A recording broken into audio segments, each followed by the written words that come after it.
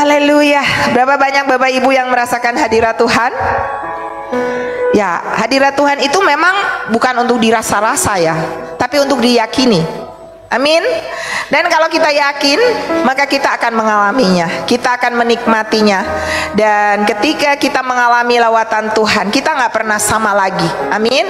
Bapak Ibu yang datang dengan masalah, ada yang sakit? Ada? Ada yang sakit? Boleh lambaikan tangan. Ada yang datang dengan pertanyaan, ada yang datang dengan pergumulan belum terselesaikan. Hari ini Tuhan membebaskan saudara. Amin. Hari ini Anda terima kemenangan. Ku terima sekarang kemenangan darimu. Amin. Terima dong. Kalau Bapak Ibu terima, kok nggak buka tangan? Mau taruh di mana? Ayo. Ku terima sekarang. Ku terima. Ku terima sekarang. Ku terima sekarang kemenangan darimu. Haleluya. Tuhan baik, Tuhan baik. Amin. Tuhan baik. Berapa banyak yang yakin Tuhan kita Tuhan yang baik? Haleluya. Nah, Bapak Ibu, saya percaya bahwa yang namanya kemenangan itu semua kita rindukan. Benar nggak? Siapa sih yang mau kalah? Siapa yang mau hidupnya kalah terus, kalah terus, kalah terus? Nggak ada. Tapi siapa yang mau hidupnya menang terus, menang terus, menang terus? Yang mau mana? Katakan amin. Katakan saya pemenang, selalu menang dan akan menang, menang lagi, menang lagi. Haleluya. Saudara, tahu nggak, saat firman itu dilepaskan, itu seperti amunisi, itu seperti sebuah bom yang dilepaskan, dan itu akan meledak di hati kita. Dan kalau itu meledak, itu bukan membuat kehancuran, tapi itu akan membuat pemulihan, itu akan membuat terobosan, itu akan membawa kesembuhan, apapun itu. Kenapa? Karena dunia, langit, bumi dan segala isinya diciptakan dengan firman. Dan firman itu sangat powerful. Dan kalau dia datang kepada saudara, percayalah, ketika saudara terima dengan iman, maka kemenangan pasti terjadi. Katakan amin. Haleluya. Haleluya. Pagi ini saya beri tema kemenangan yang besar. Wow. Ya, saya nggak sepakat sama Ibu Yoma ya. Ibu Yoma juga nyanyi lagu Ku Terima Sekarang. Jadi itu udah di istilahnya mulai dicangkul-cangkul ya, untuk benih firman kemenangan besar diterima oleh saudara. Haleluya. Nah, saudara tahu nggak? Ini baru ya kemarin. Ini benar-benar fresh from the heaven. Ya, Tuhan baru ajar saya nih. Dan ini yang saya mau share buat saudara, Bapak Ibu, tentang satu bangsa yang besar. Kita berapa banyak Bapak Ibu yang ikut bacaan harian? Yang bacaan harian kita, boleh kasih tunjuk Ibu Yoma, ada, boleh minta. Itu bacaan kita Bapak Ibu. Kalau Bapak Ibu belum punya, nanti ambil, minta di bawah ya, sama Ibu Yoma atau sama Ibu Yanti atau Ibu Dona atau Ibu Marla, para asher. Dan itu bagus banget kalau Bapak Ibu ikutin bacaannya. 1 tahun Bapak Ibu sudah menyelesaikan Alkitab, dan itu paralel antara perjanjian lama dan perjanjian baru, saling bernyambung, saling nyambung gitu ya. Nah, bacaan kita kemarin beberapa hari ini dan dalam hari-hari ini itu tentang perjalanan bangsa Israel merebut tanah Kanaan, memasuki tanah Kanaan, memenangkan peperangan di tanah Kanaan. Dan saya itu sudah baca berulang kali, tapi baru di beberapa hari ini saya seperti wow, seperti Tuhan buka lagi. Wow, saya seperti terpesona punya Tuhan yang hebat seperti begitu. Tentang kemenangan yang betul-betul jadi bagian dari kehidupan orang-orang yang percaya. Dan saudara, setelah menempuh, jadi ini tentang perjalanan bangsa Israel memasuki tanah Kanaan ya, dan kita akan belajar dari sana. Dan setelah menempuh 40 tahun perjalanan, maka bangsa Israel itu ceritanya menceritakan, Alkitab menceritakan bahwa mereka sampai di tepi sungai Yordan. Nah, dan tanah yang dijanjikan Tuhan untuk Israel itu Kanaan ada di seberang Sungai Yordan itu. Ya, itu Tuhan janjikan kepada nenek moyang sekitar 500 tahun sebelumnya. Nah, jadi ketika mereka sampai di tepi Sungai Yordan, yang bisa mereka lakukan adalah ngapain? Nyebrang Sungai Yordan itu, dan itu tanahnya ada di seberang, tanah Kanaan. Ya, Kanaan berbicara tentang tempat memaksimalkan potensi, tempat janji-janji Tuhan datang dalam hidup kita. Permohonan-permohonan saudara mendapat jawaban, itu gambaran Kanaan. Ya, apa yang menjadi masalah pergumulanmu selama ini, sebentar lagi di seberang Sungai Yordan ada jawaban Tuhan di sana. Wow, katakan amin. Bapak ibu yang sedang bergumul untuk masalah apapun itu, di depan sana sudah ada jawaban. Amin. Ayo ikuti sharing pagi hari ini. Tapi Bapak ibu tahu nggak, ternyata untuk menyeberangi Sungai Yordan yang cuman lebarnya sekitar 30 meter itu, mereka sedang menghadapi masalah. Dan masalahnya apa? Pemimpin besar yang mereka andalkan, yaitu Musa, mati. Siapa nih yang akan pimpin mereka nyeberangi Sungai Yordan masuk tanah Kanaan? Mereka nggak tahu. Itu masalah pertama, ya. Masalah berikutnya adalah ternyata Kanaan yang akan mereka masuk itu bukan tanah kosong, tapi tanah berpenduduk yang berisi orang-orang bukan sembarangan, orang-orang raksasa, orang-orang yang pahlawan-pahlawan besar yang ahli berperang ada di sana. Berarti otomatis ketika mereka mau masuk ke Kanaan, mereka harus ngapain? Perang. Bukan damai yang ditawarkan di tanah perjanjian. Saudara, hidup ini peperangan. Untuk menggapai apa yang ada di depanmu, Anda harus berperang. Haleluya. Tapi mari kita belajar. Bahkan di sana ada tembok yang tebal, namanya tembok Yeriko. Yang di atasnya itu orang bisa duduk di sana, tinggal di sana, kereta lewat di sana. Tebal banget. Bagaimana mereka bisa nerobos masuk ke sana sementara ada tembok setebal itu?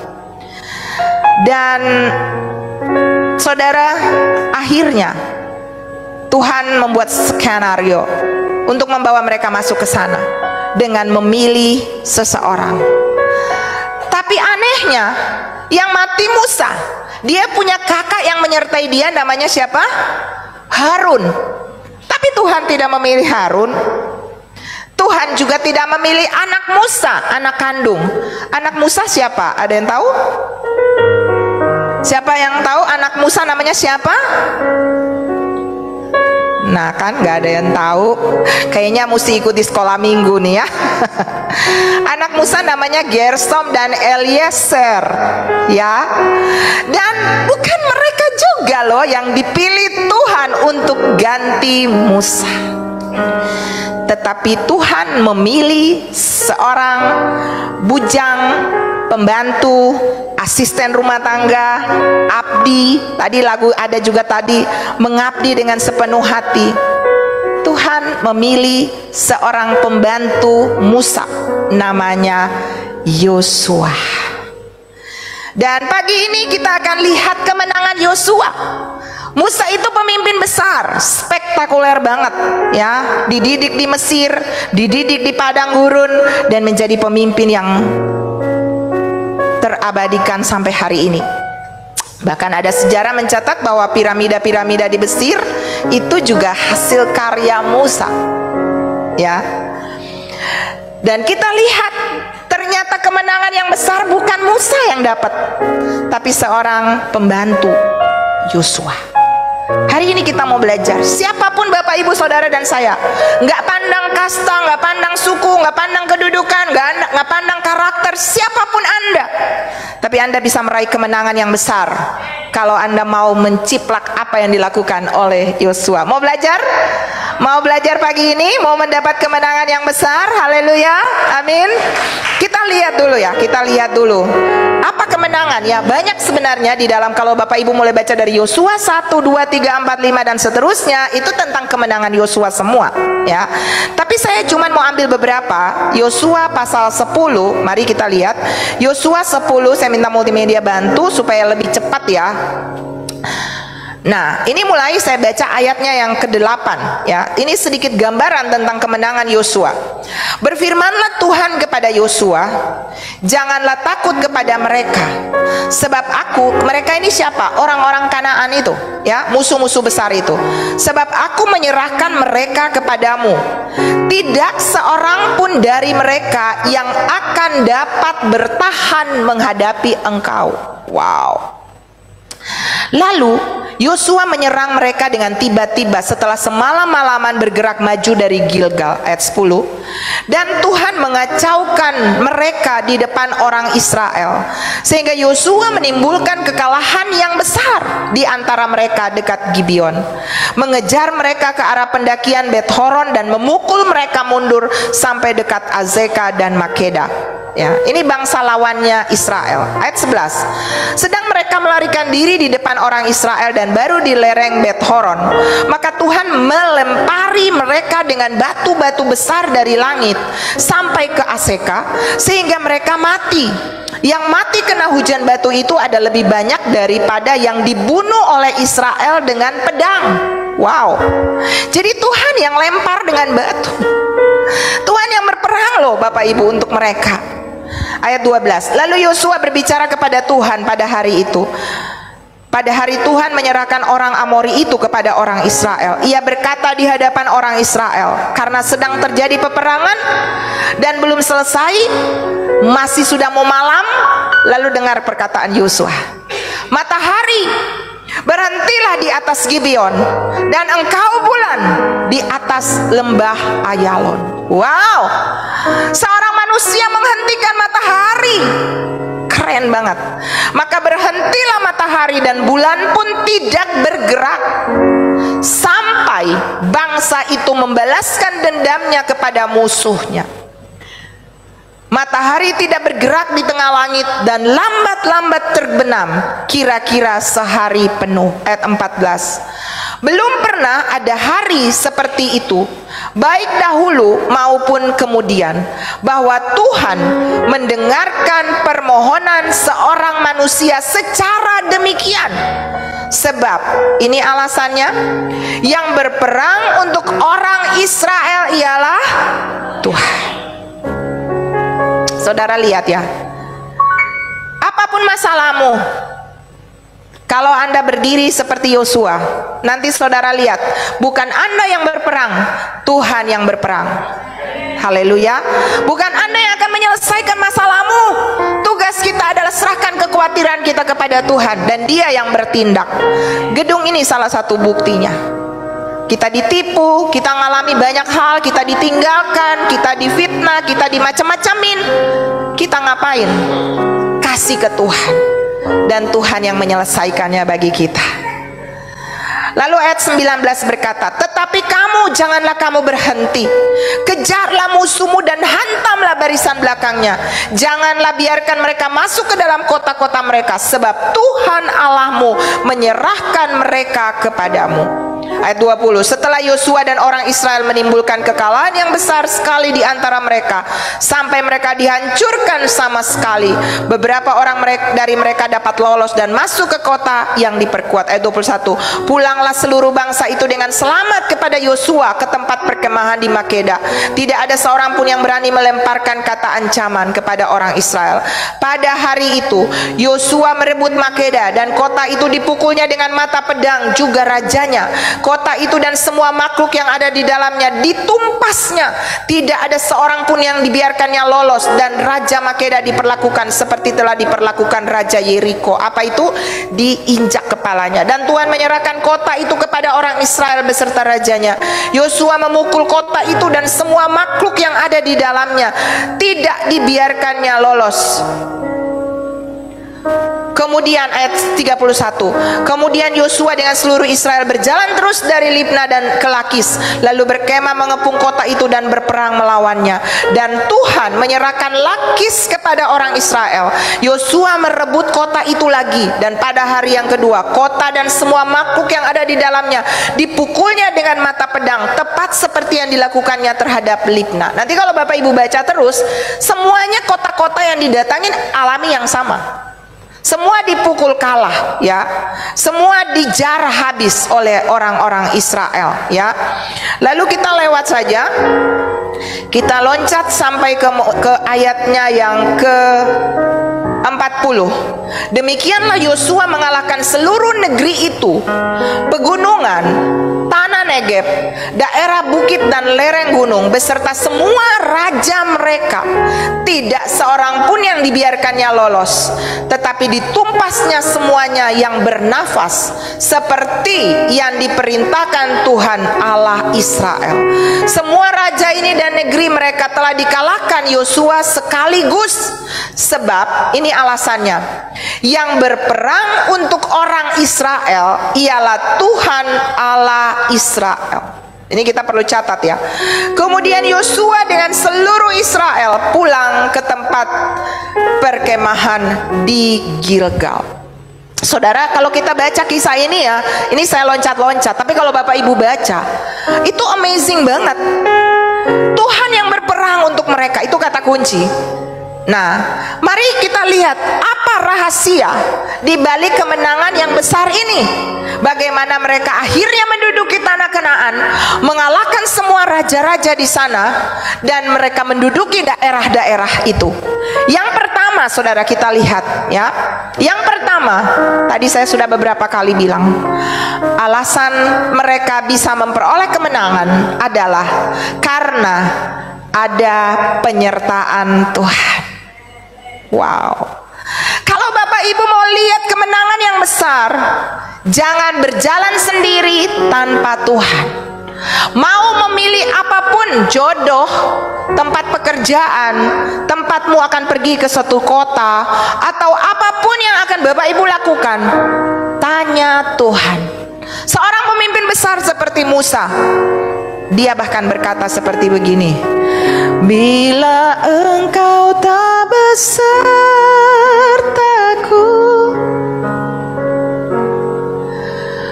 ku tak mau berjalan.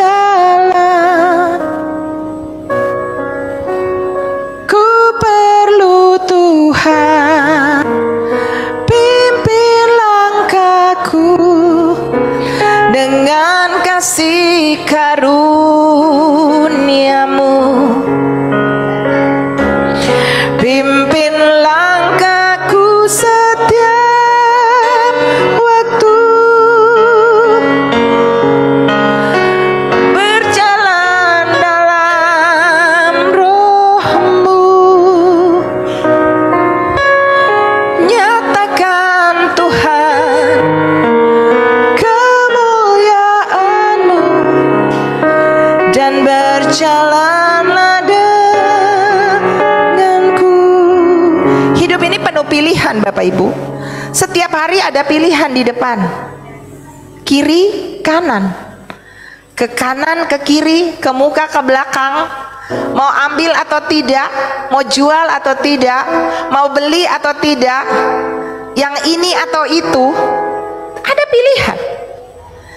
Tapi ketika Anda memilih dengan menanyakan Tuhan, dan Tuhan bilang, lakukan, kiri, kanan, Anda aman. Saya sering konseling sama anak-anak muda yang mau memilih pasangan hidup. Saya bilang, tanya Tuhan. Saya baru dapat satu quotes pagi hari tadi, perempuan khususnya, taruh hatimu dalam-dalam di dalam Tuhan, supaya kalau ada laki-laki yang mau temukan hati kamu, dia harus temukan Tuhan dulu.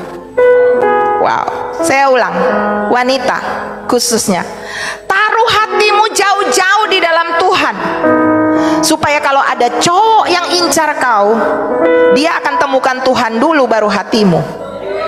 Setuju? Yang cewek-cewek tepuk studi masa depan, taruh jauh-jauh di dalam Tuhan.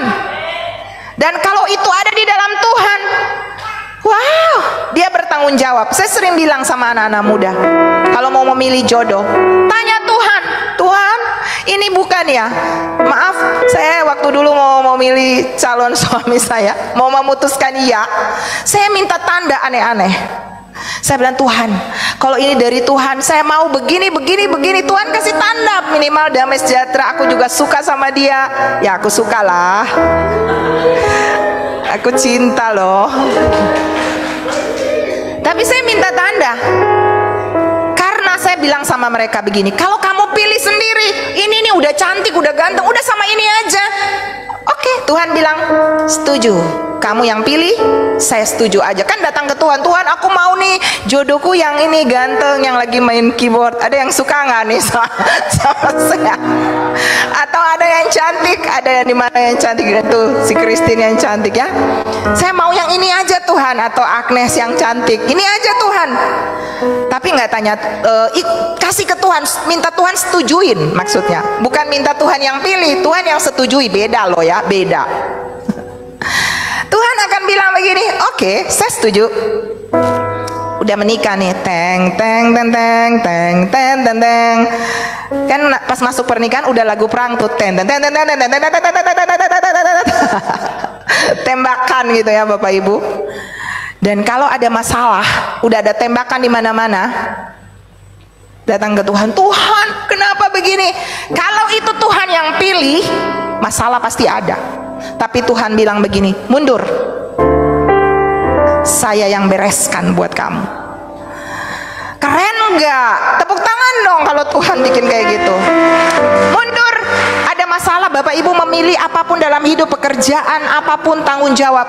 Kalau Bapak Ibu tanya Tuhan dan Tuhan bilang oke Tuhan ACC, keren. Ada masalah, oke. Tapi Tuhan bilang ini, mundur, saya yang bereskan untuk kamu. Kan Tuhan yang suruh bangsa Israel ke Kanaan, benar nggak? Masalah banyak banget, tapi karena Tuhan yang janji suruh mereka jalan, Tuhan yang bela mereka. Haleluya.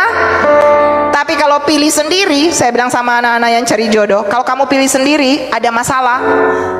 Begitu ada masalah, Tuhan kenapa ada masalah? Tuhan bilang, kan kamu yang pilih, urus sendiri deh. Tuhan itu baik ya. Yang penting kita mau datang minta ampun kalau sudah salah pilih. Tapi kalau yang belum memilih, tanya Tuhan. Amin.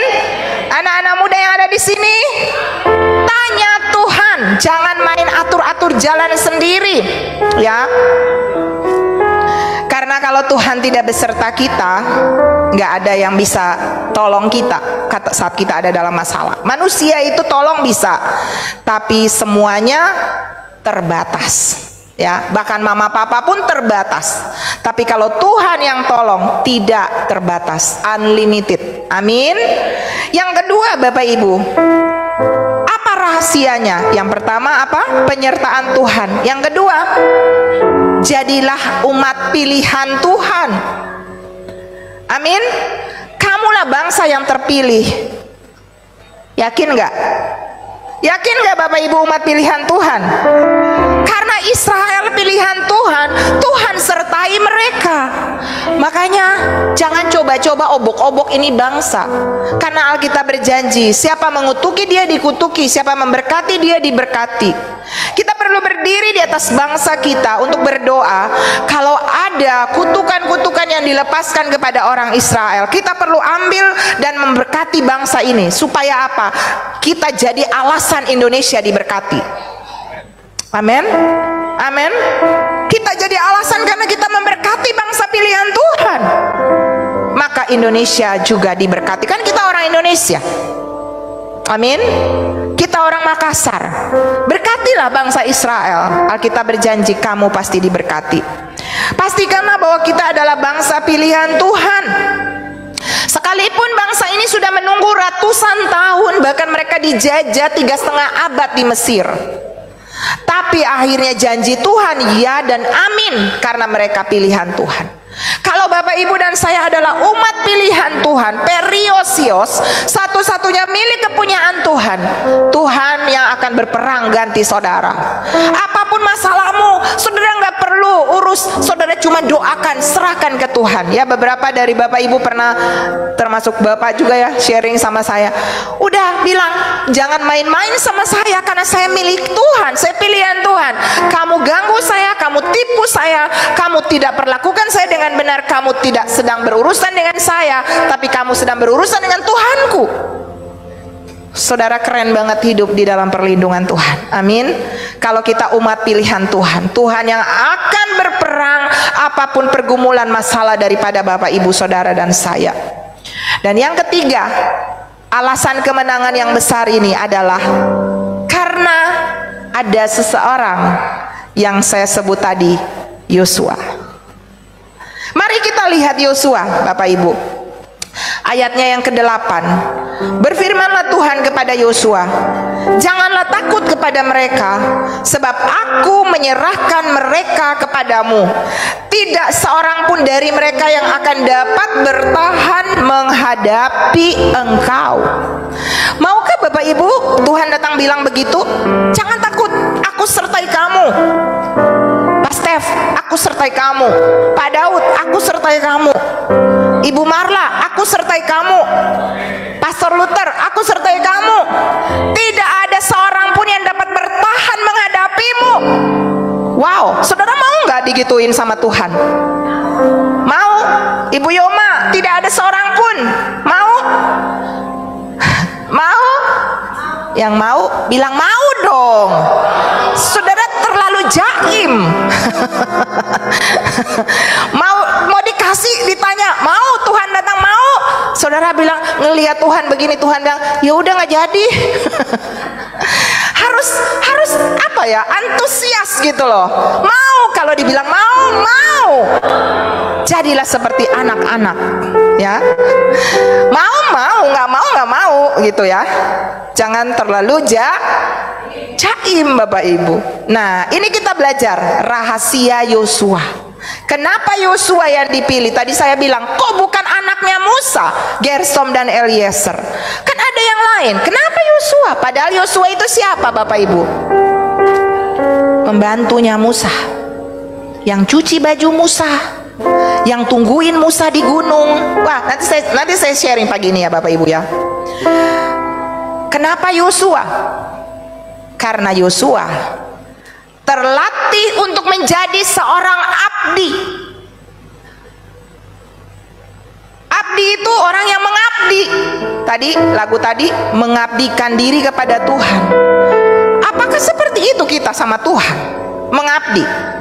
Kalau Tuhan bilang A, bikin A. Tuhan bilang B, bikin B. Atau kita lebih banyak, Tuhan bilang A, kita bikin C, D, F, G. Kita sering melawan, tapi kita berani bilang kita abdinya Tuhan. Seorang abdi itu adalah apapun yang Tuhan katakan, yes Lord. Apapun yang Tuhan suruh, oke Tuhan. Dan bukan cuman oke dan yes, lakukan. Bahkan ketika kita taat dan ditunda, atau ketaatan yang ditunda, itu bukan ketaatan. Yang namanya abdi adalah di waktunya Tuhan, dengan caranya Tuhan, pada saat Tuhan perintahkan langsung yes. Gak ada excuse, gak ada tunggu dulu Tuhan, aku masih sibuk. Gak ada Bapak Ibu, harus langsung yes. Dan itulah yang dilakukan Yosua kepada Musa. Dia punya kerendahan hati. Fokusnya bukan lagi kepada dirinya, egonya, maunya, tapi kepada bagaimana menyenangkan hati Musa. Makanya kenapa Yosua dipilih? Karena Tuhan lihat dia sudah terlatih. Hatinya dilatih waktu mengurus Musa, mengikuti Musa kemanapun Musa pergi. Selama hidupnya sekitar mungkin 80 tahun dia mengabdi kepada Musa. 80 tahun lebih. Kita baru 1 tahun 2 tahun mengabdi satu tempat, kita udah nggak tahanan. Di satu gereja kita udah nggak tahanan. Di satu keluarga kita udah ngamuk-ngamuk sama mama papa. Kita udah demo. Tuhan bilang A, kita bikin C, terus kita bilang kita abdi. Mana ada? Yang namanya abdi adalah selalu yes Lord dan langsung lakukan. Itu abdi. Dan Yosua mengabdi kepada Musa. Apapun yang diperintahkan Tuhan kepada Yosua melalui Musa. Semua perintah Tuhan tidak langsung Yosua dengar pada saat Musa hidup, tapi semua melalui Musa. Dan apapun yang dikatakan Musa kepada Yosua, dia selalu taat melakukannya. Bahkan ketika bangsa Israel yang banyak itu nggak taat, Yosua tetap taat. Waktu Musa naik ke Gunung Nebo menerima janji-janji Tuhan, termasuk loh batu, bangsa-bangsa yang lain, ini saya baca ayatnya Bapak Ibu. Saya baca ya. Ayat Yosua 24 ayat 14 sampai 15. Sorry. Bukan. Ayat Keluaran 24 ayat 13-15. Lalu bangunlah Musa dengan Yosua abdinya, maka naiklah Musa ke atas gunung Allah itu. Tetapi kepada para tua-tua itu ia berkata, tinggallah di sini menunggu kami sampai kami kembali lagi kepadamu. Bukankah Harun dan Hur ada bersama dengan kamu? Siapa yang ada perkaranya datanglah kepada mereka. Maka Musa mendaki gunung dan awan itu menutupinya. Jadi waktu Musa naik ke gunung, Yosua tuh nggak ngapa-ngapain kemana-mana, duduk di situ tunggu Musa. Ini bentuk ketaatan dan kesetiaan yang wow banget. Bahkan ketika bangsa Israel sedang membuat, kalau saudara tahu ini kejadiannya, waktu Musa sedang ada di gunung, Yosua lagi tunggu di kaki gunung.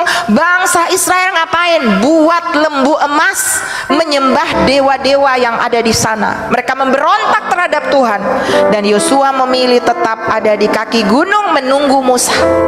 Nah, saudara tahu waktu Musa turun dari gunung, bangsa Israel itu mau bunuh Musa, tapi Yosua tetap ada di sana menjadi penolong bagi Musa. Wow, keren.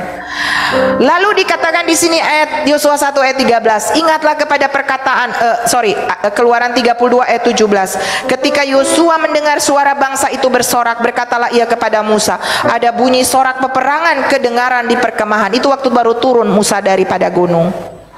Yosua bilang, Pak Musa, sepertinya itu mereka lagi pesta. Musa bilang, tidak, mereka sedang memberontak, menyembah patung emas.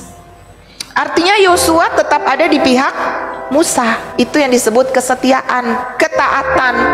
Ini kualitas untuk memperoleh kemenangan yang besar, kualitas untuk bisa mengatakan sesuatu, mendeklarasikan sesuatu. Seperti tadi dia katakan, matahari berhenti dan matahari berhenti, masalahku selesai dan masalahku selesai, persoalanku berhenti dan persoalanku berhenti. Anda mau punya kualitas seperti itu?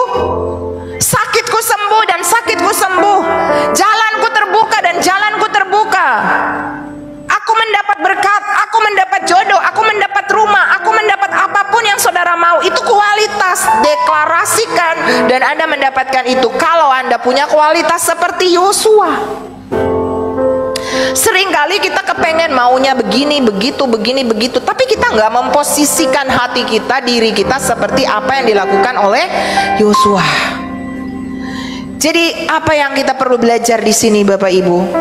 Kita perlu punya yang namanya roh seperti Yosua, yang mau taat mengabdi dengan segenap hatinya kepada siapa yang Tuhan percayakan ada di atas kita. Kalau di rumah dengan mama, dengan papa, kalau di sekolah dengan guru, kalau di kantor dengan pemimpin, kalau di pemimpin di kota dengan kota, kalau di gereja dengan gembala, pemimpin-pemimpin rohani dalam hal ini seperti Musa.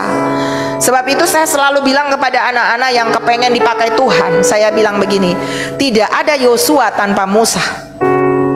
Jangan berpikir saya bisa langsung diinstan, dieksplor menjadi sesuatu yang hebat tanpa ada didikan. Nggak ada. Yosua dilahirkan oleh Musa, Elisa dilahirkan oleh Elia, rasul-rasul yang menjungkir balikan dunia dilahirkan oleh Yesus. Semua orang harus dipimpin, harus dididik, harus dibina, harus tertanam, harus setia, harus taat, baru jadi seorang pemimpin yang besar seperti Yosua. Itu kualitas Bapak Ibu, itu kualitas. Tidak ada Yosua yang lahir tanpa Musa. Sikap hati yang taat mengabdi seperti Yosua, lifestyle yang seperti Yosua, saudara dan saya harus miliki. kalau kita mau menjadi orang-orang pemenang. Yang kedua, rahasia daripada kemenangan Yosua adalah dia selalu mau mendengar dan melakukan firman Tuhan. Wow.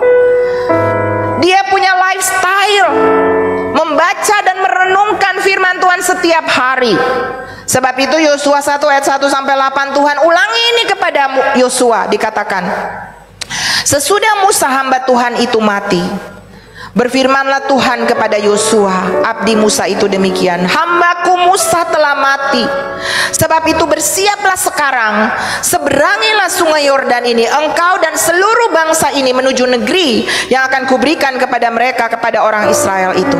Setiap tempat yang akan diinjak oleh telapak kakimu kuberikan kepada kamu, seperti yang telah kujanjikan kepada Musa, dari gunung Gurun dan gunung Libanon yang sebelah sana itu sampai ke sungai besar, yakni sungai Efrat, seluruh tanah orang Het sampai ke laut besar di sebelah barat, sebelah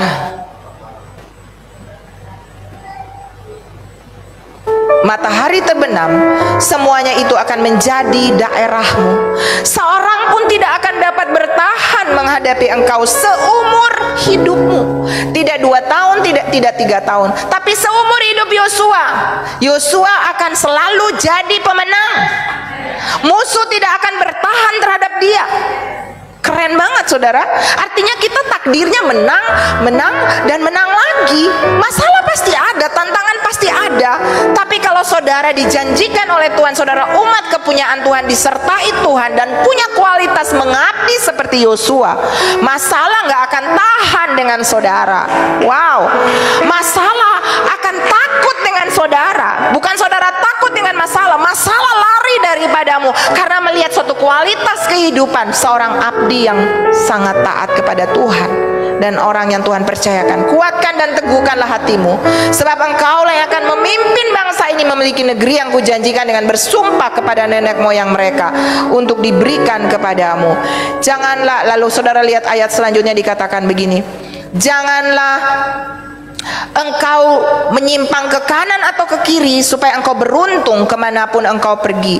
Ini saudara catat ya, janganlah engkau lupa memperkatakan kitab Taurat ini, tetapi renungkanlah itu siang dan malam.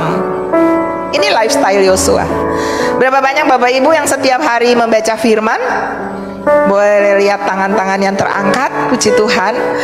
Berapa banyak Bapak Ibu yang merenungkannya siang dan malam? Kebayang-bayang firman Tuhan janji, Tuhan janji ini, Tuhan aku mau taat. Wah, Tuhan bilang aku gak boleh marah. Wah, Tuhan bilang aku harus mengampuni. Wah, Tuhan bilang aku harus taat, aku harus taat. Ketika tantangan datang untuk melawan, firman yang datang adalah taat, taat. Pernah nggak saudara ngalami seperti begitu? Saudara mau melakukan sesuatu yang menyenangkan dagingmu, tapi firman mengingatkanmu, jangan. Ini yang aku mau. Dan saudara ikuti apa yang Tuhan bilang. Itu yang namanya dikatakan di sini. Sebab kalau Anda melakukannya, perjalananmu akan apa? Berhasil dan engkau akan beruntung. Kita paling suka kalimat yang mana? Berhasil dan beruntung. Kita paling suka kan? Aku pasti berhasil, aku pasti sukses, aku pasti beruntung. Tapi kita lupa yang di atas. Jangan lupa. Jangki lupa nak. Bapak-bapak, ibu-ibu, jangki lupa. Ya, orang Makassar bilang, jangan bapak-bapak, ibu-ibu lupa. Don't forget. Untuk apa? Memperkatakan firman setiap hari. Ya, kami punya grup Speak the Word. Saya juga masuk di situ karena saya mau latih diri saya untuk bagaimana setiap hari bisa mengatakan firman. Karena firman itu menciptakan Bapak Ibu. Jadi rahasia Yosua yang kedua adalah apa? Selalu merenungkan dan memperkatakan firman. Dan yang ketiga Bapak Ibu, Yosua ini adalah orang yang sangat radikal dan keradikalannya itu patut diteladani. Dia seperti raja wali, bukan ayam kampung. Kita ada di tema berjalan dan berlari dan terbang dengan cepat. Itulah raja wali. Kenapa saya bilang dia radikal? Dia berani melawan arus. Ketika seluruh bangsa memberontak terhadap Musa, dia tetap ada di sana, dia tetap berdiri di dalam kebenaran firman Tuhan.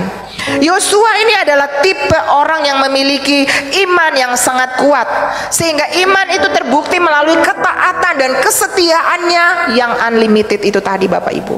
Bahkan ketika Musa sudah almarhum, pesan-pesan Musa tetap dia ingat. Bukan cuma diingat, dia ajarkan kepada umat untuk tetap taat seperti apa yang dikatakan Musa. Tadi saya sudah cerita tentang kisah kesetiaan Yosua. Waktu bangsa Israel sedang memberontak menyembah lembu emas, dia tetap tunggu Musa di kaki gunung. Lalu ketika saudara ayat Yosua 1 ayat 13 berkata, ini Musa udah nggak ada nih, udah meninggal. Tapi dengar perkataan Yosua, ingatlah kepada perkataan yang dipesankan Musa hamba Tuhan itu kepadamu, yakni Tuhan Allahmu mengaruniakan keamanan kepadamu dan memberikan kepadamu negeri ini. Wow, dia suruh umat untuk tetap taat seperti apa kepada Musa. Dan ayat yang terakhir Yosua 24 ayat 14-15. Oleh sebab itu, takutlah akan Tuhan dan beribadahlah kepadanya dengan tulus, ikhlas dan setia. Ini pesan Yosua yang terakhir. Dia bilang, takutlah akan Tuhan dan beribadahlah kepadanya dengan tulus, ikhlas dan setia. Jauhkanlah Allah ilah yang kepadanya nenek moyangmu telah beribadah di seberang sungai Efrat dan di Mesir, dan beribadahlah kepada Tuhan. Tetapi jadi dia anjurkan umat untuk taat. Tapi dia bilang begini, kan itu pilihanmu, kita punya free will. Saya juga mau ajak Bapak Ibu pagi ini, ayo kita takut Tuhan, beribadah dengan sungguh-sungguh. Tapi ini tapinya, jika Bapak Ibu Saudara anggap tidak baik untuk beribadah kepada Tuhan, pilihlah hari ini kepada siapa Bapak Ibu akan beribadah. Apa yang menjadi kesenanganmu kah? Ilah yang kepadanya nenek moyangmu beribadah di seberang sungai Efrat, atau ilah orang Amori yang negerinya kamu diami ini? Tapi aku, seperti kata Yosua, aku dan seisi keluargaku, kami akan beribadah kepada Tuhan. As for me and my house, we will serve the Lord. Sore saya akan bicara tentang keluarga pilihan Tuhan. Ternyata Yosua, kenapa sampai keluarganya dipilih? Karena sebuah komitmen. Pagi ini Bapak Ibu, ada kemenangan yang besar yang Tuhan sediakan di seberang sungai Yordan yang akan kita lewati, di seberang masalah yang saat ini ada di depanmu. Tapi apakah Anda mau berdiri seperti Yosua? Mari para pemusik ada di depan, Bapak Ibu tutup mata. Dan pagi ini seperti Yosua, apakah kita mau jadi orang yang taat, setia, selalu libatkan Tuhan, mau pilih apapun, mau buat apapun, Tuhan boleh enggak, Tuhan izin enggak, dan tidak memilih ikut apa yang kita mau? Kalau saudara mau jadi seperti Yosua, saudara mau jadi orang-orang yang taat, punya komitmen dengan Tuhan, saudara mau jadi orang yang mau temukan Musamu, Musa yang akan mendidik, mengayomi Bapak Ibu, membawa Bapak Ibu sampai Anda bisa menjadi seorang pemimpin seperti Yosua. Kalau itu Bapak Ibu, ini tentang keputusanmu, maka kemenangan besar itu jadi milik saudara. Tuhan yang akan berperang ganti Bapak Ibu di dalam setiap lini kehidupanmu. Kemenangan di tangan kanan, kemenangan di tangan kiri, kemenangan lagi, dan kemenangan lagi. Tutup mata Bapak Ibu. Ini keputusan pribadi dengan Tuhan. Seperti Yosua, dia bilang, dia sudah ajar, saya sudah ajar Bapak Ibu bagaimana memperoleh kemenangan. Tapi hari ini pilih mau ikuti apa yang saya ajarkan? Apakah Bapak Ibu mau mau yang saya bilang, firman Tuhan, atau Bapak Ibu mau pilih sendiri? Tapi saya dan seluruh keluargaku akan memilih melayani Tuhan, beribadah kepada Tuhan, mengabdi kepada Tuhan. Kalau Bapak Ibu mau ada seperti Yosua, mau katakan saya dan seluruh keluargaku, kami akan tetap beribadah, setia melayani Tuhan. Dan saya mau tetap tunduk kepada Musa. Musa itu bisa pemimpin di gereja, di kantor, dimanapun yang saat ini Bapak Ibu sedang ada. Kalau Bapak Ibu adalah orangnya, atau anak-anak kepada orang tua, kalau itu Anda boleh lambaikan tangan. Thank you Lord. Bapak Ibu yang mau punya kualitas Yosua, bangkit berdiri di tempat duduk Bapak Ibu. Holy Spirit, Tuhan ada di tengah-tengah kita. Tuhan ada di tengah-tengah kita Bapak Ibu. Dan Dia mau mencatat pasukan perang yang punya kualitas Yosua. Karena ada kemenangan demi kemenangan yang sudah ada di depan mata saudara, yang Tuhan mau berikan. Kalau saudara di Zoom, saudara di Facebook, saudara di YouTube, angkat tangan Bapak Ibu. Dan saudara tahu yang terakhir, rahasia Musa adalah rahasia Yosua adalah dia menerima penumpangan tangan oleh Musa. Saya lupa tadi. Dikatakan di sini ayatnya yang ke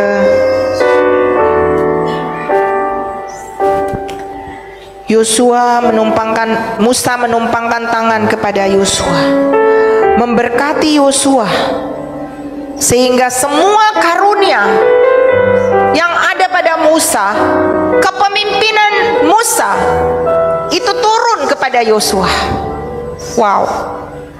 Dan pagi ini ya, saya minta Pastor Luther ada di sini, Bapak Ibu yang mau untuk menerima tongkat, untuk Bapak Ibu pergi karena banyak masalah di luar sana. Bapak Ibu harus menang, dan Bapak Ibu perlu menerima tongkat otoritas dari Tuhan. Dan Tuhan pakai pemimpin salah satunya untuk mendoakan Bapak Ibu. Mari Pak Luther.